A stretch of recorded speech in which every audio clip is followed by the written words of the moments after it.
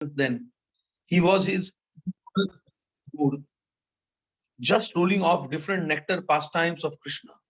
He was always saying how wonderful Prabhupada was, that he had come to teach these things to us. Everything he did was Prabhupada's credit. My spiritual master did this. My spiritual master said that. During the period, the famous Paramount Studio Kirtans are recorded. Now, this just continuing with the story ahead. Prabhupada had written Vishnujan Maharaj. When I return to LA, I may call you back just to hear your chanting of Hare Krishna mantra. And at the studio, Srila Prabhupada picks up the mridanga in order to accompany his disciples and pushes Vishnujan Swami forward to lead the kirtan. Shachi Devi Mataji remembers. I was at Paramount Studios when Vishnujan recorded with Prabhupada. I was playing Kartal and singing. I remember it was a long process. Now he had sannyas. It was different, especially for the woman. He had to be very aloof and he had to be standoffish. He was like a brother before. We didn't have any concept of it's not okay. It was just very pure. After he took sannyas, I saw a little personality change in Vishnujana in his dealings with women. It had to be there. The etiquette was there. Rishabdev Prabhu remembers. I went to a recording studio when Prabhupada and Vishnujana were there. From that very time in LA and all the way through, whenever I saw His Divine Grace and Vishnujana together, I like to watch the interchange, maybe he means interaction, between the two. Vishnujana would speak very humbly to Prabhupada, and Prabhupada always beamed when he spoke to him. The relationship between those two was fascinating to watch. I felt more fortunate being able to watch it than to even be there. New York, July 1971. When the Texas devotees arrive back in Austin, they are so inspired from their trip that it appears like they have just returned from heaven. They go out for Sankirtan every day and are totally into it. By contrast, the devotees that stayed back feel out of it. Neither Murti Das nor Adidev are ready to commit to moving into the temple. Murti has his professional career as an academic with tenure coming up, and he's concerned about losing that. But they are both lamenting that they didn't go to California to meet Srila Prabhupada, whom they have heard so much about from Vishnujana Swami. Seeing their predicament, Maharaj suggests that they take the opportunity to see Srila Prabhupada in New York before he leaves for Europe. Adidev Prabhu remembers. So we both got a vacation and left. Murti Das shaved his head first. He went down to a fabric shop and bought some yellow cloth. So he had his gig together. I chickened out and I didn't shave my head. I got a burr haircut. We jumped on a Greyhound bus in our dhotis and people thought we were nuts.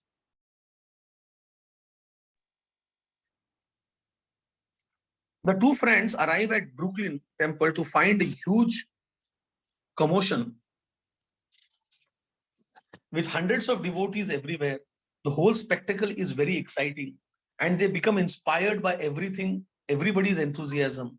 Every day of the week, there's an initiation yajna, as devotees from all over the East Coast have been waiting to be accepted by Srila Prabhupada's disciples.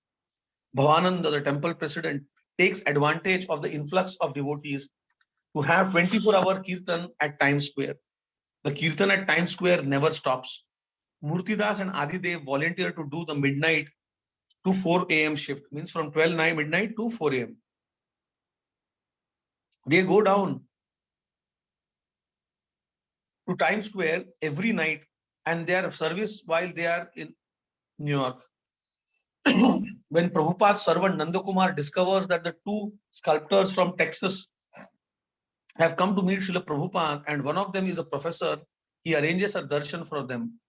In their excitement to meet Srila Prabhupada, the Texans barely notice two beautiful figures standing on a table by the window as they enter his quarters. Shri Radha Damodar have just come up from Washington, D.C. They have a plan that they have a plan that has still to manifest. No one yet knows the role they will play in assisting Srila Prabhupada in his mission.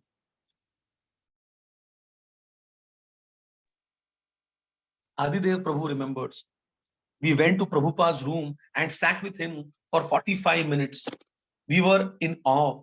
He showed us paintings by the artists and told us about what they were meditating on when they were painting. He told us that he really needs murtis and that we could do it. He would love to have us make something. We could install Gaur-Nitai deities all over the world. There would be a plenty of work for us. We should just do something. It was a real nice meeting in the afternoon, just before he went to give Bhagavad Gita class that evening. He was great. Murtidas Prabhu remembers. He was coming up from downstairs in his gamcha, and I was thinking, this man looks like an ancient Egyptian. He doesn't look like anybody living in this world in the 20th century. He read my mind and his black eyes were snapping at me. So when he sat down a few minutes later, he said, I am not your king. I am your spiritual master. This is not a palace. This is a palace, is a place to practice, learning to live with Krishna in the spiritual world. That was his first remark to me. That was pretty amazing. Then he asked me and Adidev to sculpt deities. He had his servant bring out a big painting of the Panchatattva. It was a very early kind of crude painting, but quite big. The figures were about 2 feet tall in the painting. He said, make them the same size in your sculptures. So that was our assignment. He asked if it was hot in Texas. And I said, yes, Srila Prabhupada, sometimes it gets very hot. Oh, it is getting very hot. That means you are getting ready to go to India. We are, yes. When he saw he was going too far out for us, he asked, how is my son Vishnujan Swami? And he smiled. He had lots of teeth and he smiled a big broad smile. He just got blown away by this smile. He just glowed. Saying we just got blown away by this smile. He just glowed.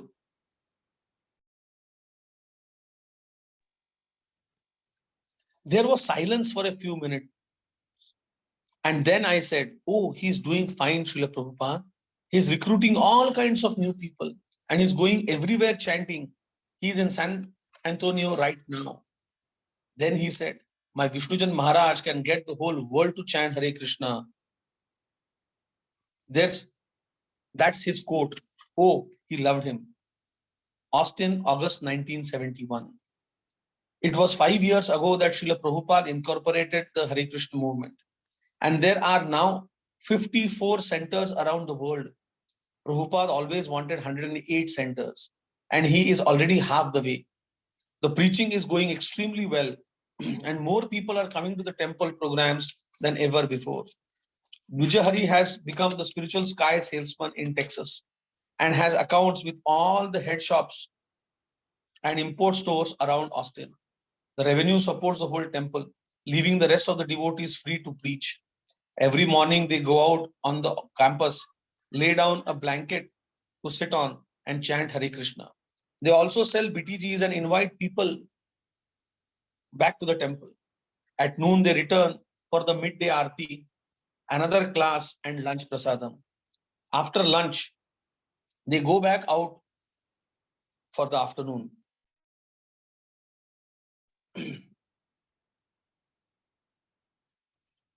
The evening program is for the public and people come every day.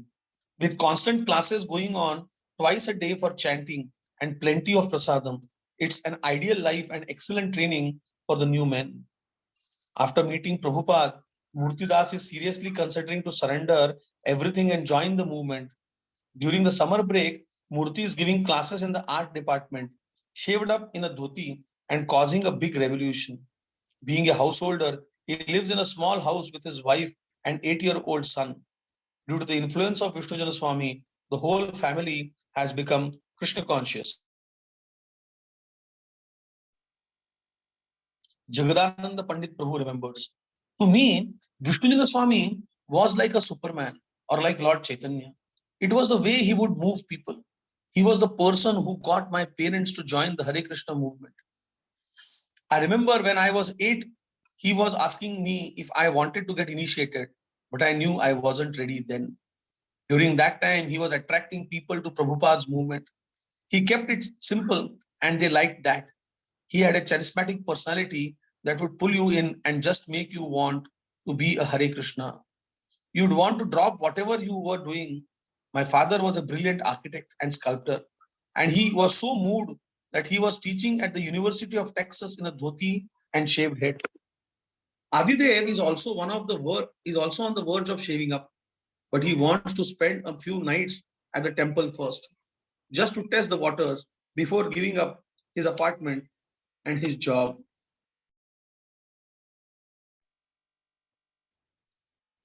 Adidev Prabhu remembers. It was fun. There was a large room adjacent to the kitchen with a formica floor, and everybody rolled their bedrolls out and slept there. Vishnujana was like the daddy. People would reminisce about their experience in Krishna consciousness. Oh, one night there was a storm outside and we woke up at 2 a.m. and Vishnujana Swami was up chanting japa. So he started telling us stories about Krishna lifting Govardhan Hill. These spontaneous things were happening all the time. Late one night, we were talking about realizing the philosophy, and he said that he sat out on a pier on a lake with some other devotees during a raging storm. They each had a book. One had a Srimad Bhagavatam, another a Sri Upanishad, Ishopanishad, yet another had a Gita, and they were reading verses to each other. He said that really helped him to realize the philosophy because the storm was so intense all around them.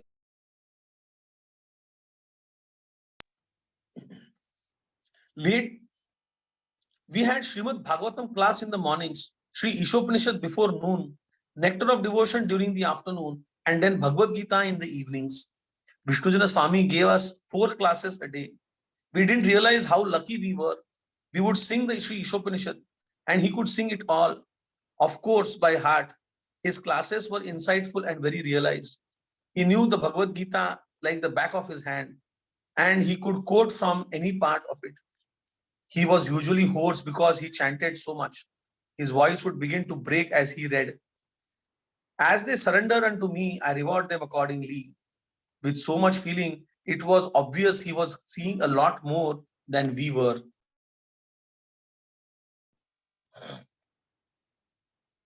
We would go out on Sankirtan with Vishnujan, and he started going into the music stores saying, I represent the Radha Krishna temple because the London Temple album was known at that time. He'd just take over a music store and sit down in a corner and start chanting. After Kirtan, he would elaborate on the Bhagavad Gita. Pretty soon, he'd have lines of people crowded around him in this music store. The whole place just stopped. I remember going with him to a few of these stores around town, and his preaching was incredible. He would have everybody spellbound. The first time we had a Ishtagoshti is discussion amongst devotees about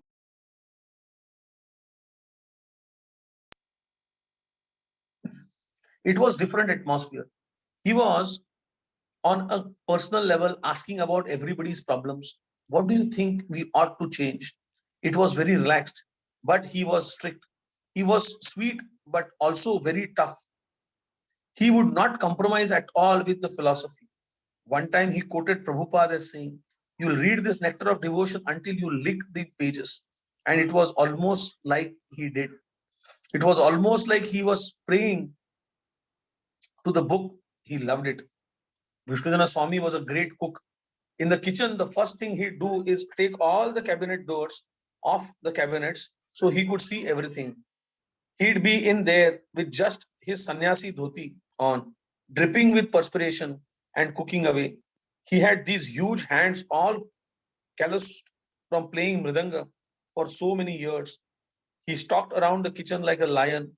We bought in bunches of bananas and he squeezed the bananas into this banana and watermelon drink that he used to make.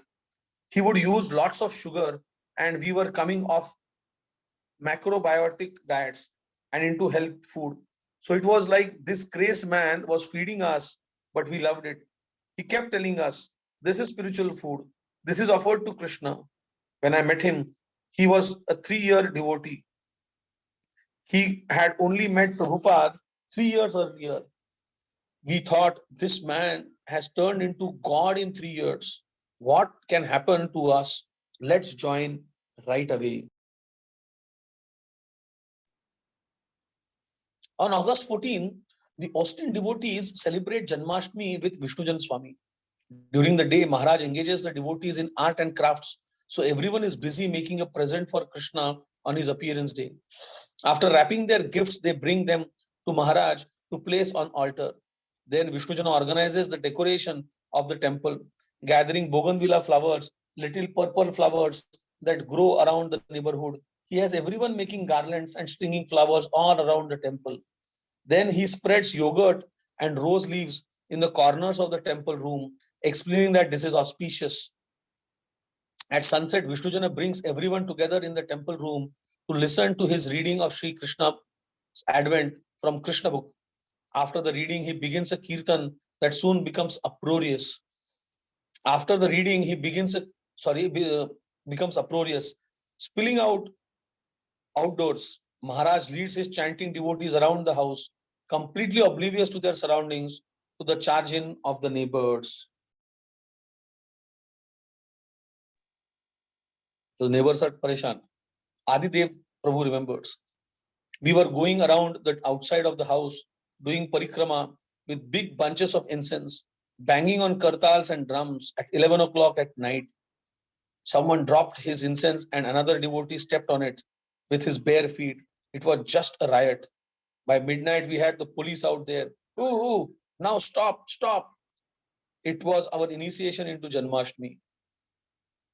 Into the Austin Center, Maharaj had attracted intellectuals like Murti Das and his wife, scrutinizing people like Adidev and hippies with their flutes, beads, and Native American style bags over their shoulders. But everybody is happy like a family. The common bond that holds everything together is Vishnujan Maharaj and his presentation of Krishna consciousness. Sociologists say there's no melting pot. It's a myth. But Krishna consciousness is the real melting pot because all different differences evaporate, and Vishnujana has that going on wonderfully in Austin.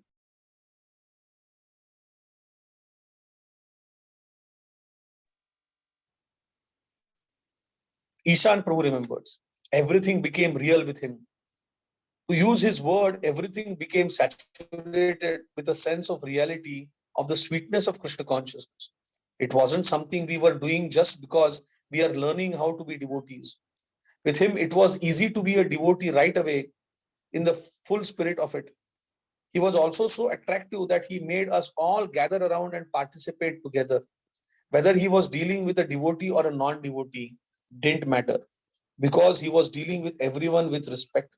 And so he attracted people from all segments. After Janmashtami and Vyasa Puja, Vishnuja Swami is thinking of the next step. The presence of Ishan and his wife to look after the temple frees Maharaj to travel and open another center for Prabhupada.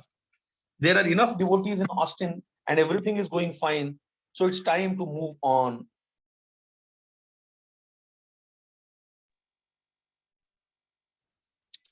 His two Hispanic girls from San Antonio have invited him to come down and go and do his program there. After that San Antonio trip, it was a sign from Krishna to open the center there. Specifically, since Srila Prabhupada had reminded him in Berkeley to open test. Taking Vijayhari with him, he bids farewell to the Austin devotees, leaving Ishan and Vibhavati in charge. Everyone begs him, please come back, but they know they will have to fly their own plane now. Adidev Prabhu remembers. When Vishnujana and Vijayhari left, I watched them back. Vishnujana had one small shoulder bag everything he owned was right there, and that was it. He had a change of dhoti, a Bhagavad Gita, a Srimad Bhagavatam, a towel, another bead bag, and that was Vishnujan Swami. So they drove off to San Antonio after putting Ishan in charge of the as temple president. Ishan Prabhu remembers. He needed somebody to be the president to manage things, and he featured me for that person. I was happy to do that because he was my kind of devotee. He had a joy in the process of Krishna consciousness. And to me, that was what it was all about. How to put as much sadhana into a 24-hour period as possible. It gave me what I wanted. He had full enthusiasm and he was comfortable with me being myself because I would get my very much into physically playing my kartas real hard and chanting and dancing. I really loved that. I used to do a lot of austerities because that was my kick. These guys were saying, Vishnujana Maharaj, you know, Ishan is fasting and we are having this very opulent breakfast. He would just very simply say, you can fast for Krishna and you can feast for Krishna. And he had everyone feasting to the max of their beautiful opulent foodstuffs. There was never any force involved in anything he did. He was always gracious. He would have Sunday feasts outside on the lawn, and it was always festive. It was like he was tireless. He never thought, all right, I have been working real hard now. Let me sit down and fill myself up with some of this prasadam. It seemed like he was living for doing the service without any complaint. He seemed happy to do the service. No matter what we were doing, it was always a celebration. Krishna consciousness is wonderful. He was tasting the happiness and the joy of it all the time. And he was sharing that. And we wanted it very much. Then one day he asked me to take it over. When Vishnujana Swami leaves Austin for San Antonio, Jayananda Prabhu is simultaneously leaving San Francisco. However, he is not going as a sannyasi to open a new frontier. Rather, he has just gotten married and is shifting to the Grahastha temple in Berkeley. So as we all know, this book has been primarily written on the leelas or the pastimes or the activities of two devotees. One is Vishnujan Swami and one is Jayananda Prabhu. So therefore we see that alternately there is a discussion about both of them, right? Okay. So now they describe Vishnujan Maharaj for some time. Now the author has shifted to Jayananda Prabhu. Berkeley, August 1971. After Rath Yatra, Jayananda marries Trayi Devi and they move over to Berkeley. The trust account has been inherited from his aunt, has almost $700,000 in it and is meant to provide a monthly income from time of his marriage until his death. After his death, his natural born child will inherit the trust. If he doesn't have a child, the trust will revert to another branch of the family out of his control. In order to engage the income of the trust in the service of Lord Chaitanya's mission, Jayananda decides to take the risk of getting entangled with wife and children. Mr. Kaur, talking about his wedding, I always thought it was something that was arranged. Or Jim knew that if he got married, he would get some pretty nice checks from his parents and from his aunt. He brought her east. They stayed with us in Rocky River and they'd fly on down to Dayton to see my aunt. It was just one of those things. She didn't seem like his type. Definitely not. He phoned and wrote quite a bit. We didn't see him that often. We saw him more by our going to California a couple of times a year. That was the reason we went. He had his own apartment. He lived so many places, but he would always have his own place and we would go and see him there. Trayi Devi has joined the movement in Hawaii when the local guru of Maui decided to surrender to Prabhupada, all his followers followed suit. This Honolulu temple couldn't possibly accommodate everybody. Therefore, many of the newcomers agreed to serve in temples around America. Sri Devi had come to the Bay Area to begin her devotional service. She is a very pleasant girl, but brahmacharini life does not suit her. She wants to have a husband and live with a life of a householder. Subsequently, her marriage to Jayananda is arranged, and she now shifts over to the Berkeley Temple as Jayananda's wife. Berkeley Temple is a single family dwelling with over 40 devotees in the house on 2710 Durant Street off San Pablo Avenue. The house next door is empty with a for rent sign posted on the front lawn. One day the sign is taken down and a young couple move in with their belongings.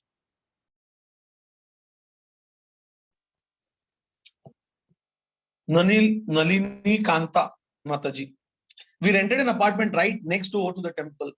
Lochana Das was the president, but Jayananda did everything.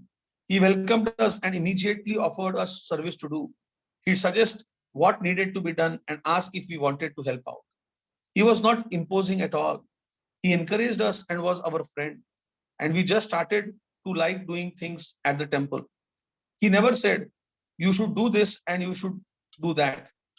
Jayananda took the Sankirtan party out. I was playing guitar and wearing a fringed leather jacket. And he asked me to come out and play guitar. We went out. After breakfast from 10 to 1. Have an hour for lunch and then, just a minute, I think that's correct. We went out after breakfast from 10 to 1. Have an hour for lunch, then chant for 2 to 4. We would just do the Swami step, nothing raucous, and have harmonium sometimes. It would be very mellow.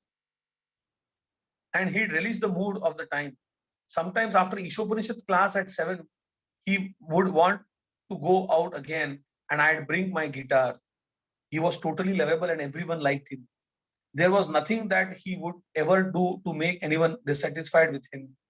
His personality was so great that although he preached about Krishna, that wasn't what influenced people. It was his personality that was so pure and obviously elevated. It was him they became attracted to. That was the outstanding feature about Jayananda Prabhu. He was a powerful figure. He used to hold his head up high and close his eyes. Every day we'd have a big crowd around us. Jayananda loved Kirtan. He loved just chanting the holy name. I remembered when we chanted in Berkeley, the vendors would sometimes give us ice cream and fruit. Some of the college students would get upset because we were there 6 hours a day, every day. Ratneshwari Devidasi. When we first started going to the temple regularly, he asked, would you like to serve out lunch prasadam? I said, oh, sure. So everybody I serve out lunch prasadam. Then a few days would go by and he'd say, oh, would you like to do some other service like cleanup after prasadam? And I agreed. This would go on. Every couple of days he would ask me to do more. I started thinking, gosh, he is constantly asking me to do things. And only reason I was doing is because Jayananda was so wonderful. You just never said no to Jayananda. His personality was so lovable. You just couldn't refuse him. Then one day he asked, oh, Krishna Vilasini, in the kitchen by herself, fixing the noon offering, and she'd really like some help. I was thinking, gosh, I don't even live in this temple, and he's asking me to go into the Lord's kitchen. But I said, oh, sure, Prabhu. I went in and it was ecstatic. Then I realized why Jayananda was giving me more and more service, because he knew how relishable devotional service was, and he wanted everyone to get some of the nectar. The one thing I remember most about Jayananda Prabhu was that he never got angry. And that really impressed me. There was never a time when he seemed disturbed. Since San Francisco is now an all brahmachari temple and women or householders couples that are attracted to Krishna consciousness are requested to go over to Berkeley because Jayananda is in Berkeley. Being married is actually a blessing in disguise. Yogesh Chandra Prabhu remembers, I was in Berkeley because I was married. We lived outside the temple and we would come to the program in the morning. If someone came to the temple, Jayananda would give them prasadam and then he would find them some engagement. He wouldn't necessarily preach with words, it was usually by action. He wouldn't go into long discussions. He just tried to engage them. He was fearless in asking them to do something, even if they were big men. He would engage them or get them to give some donation. Jayananda was very merciful to everyone, always humble, and always treated everyone equally. He never spoke unnecessarily. He got the maximum engagement with the minimum words. Such an important point. Lochan Das and Jayananda are two senior devotees in charge, and they work well together. But Lochan wants to step down from the temple president's post. So the devotees mandate that Jayananda become the new president. Everyone loves Jayananda due to his consummate dedication to the service of the Vaishnavas, especially the new bhaktas and bhaktis. He is always careful to ensure that they get proper guidance and sumptuous prasadam. Never is there a time when he will say anything ill about anybody. Never a criticism. If ever a discussion starts up that is critical of a devotee, Jayananda just gets up and leaves. He doesn't want to have any part of it. Mangala Devi Dasi.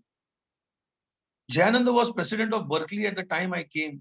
He always kept a ball of Simply Wonderfuls on his desk for anyone who came in.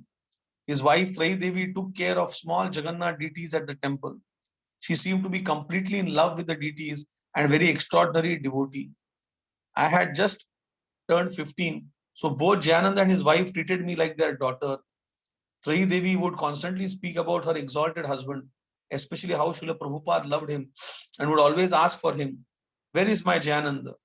Since I was the youngest devotee there, Jayananda was extra kind to me. The evening offering was usually a big fancy cake, along with other nice sweets cooked by Trai Devi. After Aarti, Jayananda instructed me to sit down in the prasadam room, and then he brought the whole offering. Setting it down before me, he would tell me to take prasadam. When other devotees came to take, he would tell them to wait until I was finished. She is still growing, so let her eat until she is full. In this way, he was encouraging me to take some more prasadam, so I could grow more. Madhavi, please mute it was bliss. At the same time, he didn't encourage the brahmachari to take sweets, especially in the evening. Mataji, please mute your phone. Thank you. Even more relishable than those evening offerings were the morning Srimad Bhagavatam classes. We sat in a small circle in the temple room, and while Trai Devi dressed Lord Jagannath, Jayananda read from the old brown Bhagavatam. First the Sankirtan, then the verse, and then Srila Prabhupada's purport. After the purport, he asked if there were any questions or comments. Usually there weren't. So he went on to the next verse. In this way, he covered quite a few verses, explaining a little here and there, yet not caring to perform as a scholar or a big speaker. He simply wanted to engage everyone in relishing the message of the beautiful Bhagavatam and the nectarian explanations of Srila Prabhupada. Jayananda is never cheap with prasadam. Sometimes a temple president has to use oil instead of ghee due to budget constraints. But Jayananda is not like that. He likes to offer opulent foodstuffs with everything cooked in ghee. And he makes sure that all the devotees are happy. Every Sunday he goes into the kitchen to cook breakfast. His favorite, his favorite preparation is Goranga potatoes. And for sweets, simply wonderfuls and gulabs. That is gulab jamuns. Sometimes he cooks pancakes and will stay in the kitchen cooking until everyone is totally satisfied. Sunday feasts are always opulent. Jayananda makes 10 preparations and over 200 guests come to honor prasadam. With so many people coming, the budget for prasadam is stretched past its limit. Temple needs someone who can make money. So Jananda volunteers to be the spiritual sky salesman. Before long, Jananda is the spiritual sky salesman for the whole Bay Area, doing this service quite enthusiastically as usual. Yogesh Chandra Prabhu remembers. They started selling incense, and I had a lot of association with Jayananda then because he was firing me up to go and sell incense for the temple. Jayananda was like father figure. He never made buddies on a material level. He would never just hang out. He was always preaching and giving association, mostly through engagement. If you were in with Jayananda, then you were going to go and do some work for Krishna. In the classes, he would instruct us to work for Krishna. Even though he was real light, he was a serious devotee, a superior. He was older and bigger. He was Guru. Jayananda was always the instructing Guru, representing Srila Prabhupada. So we'll end for today for here.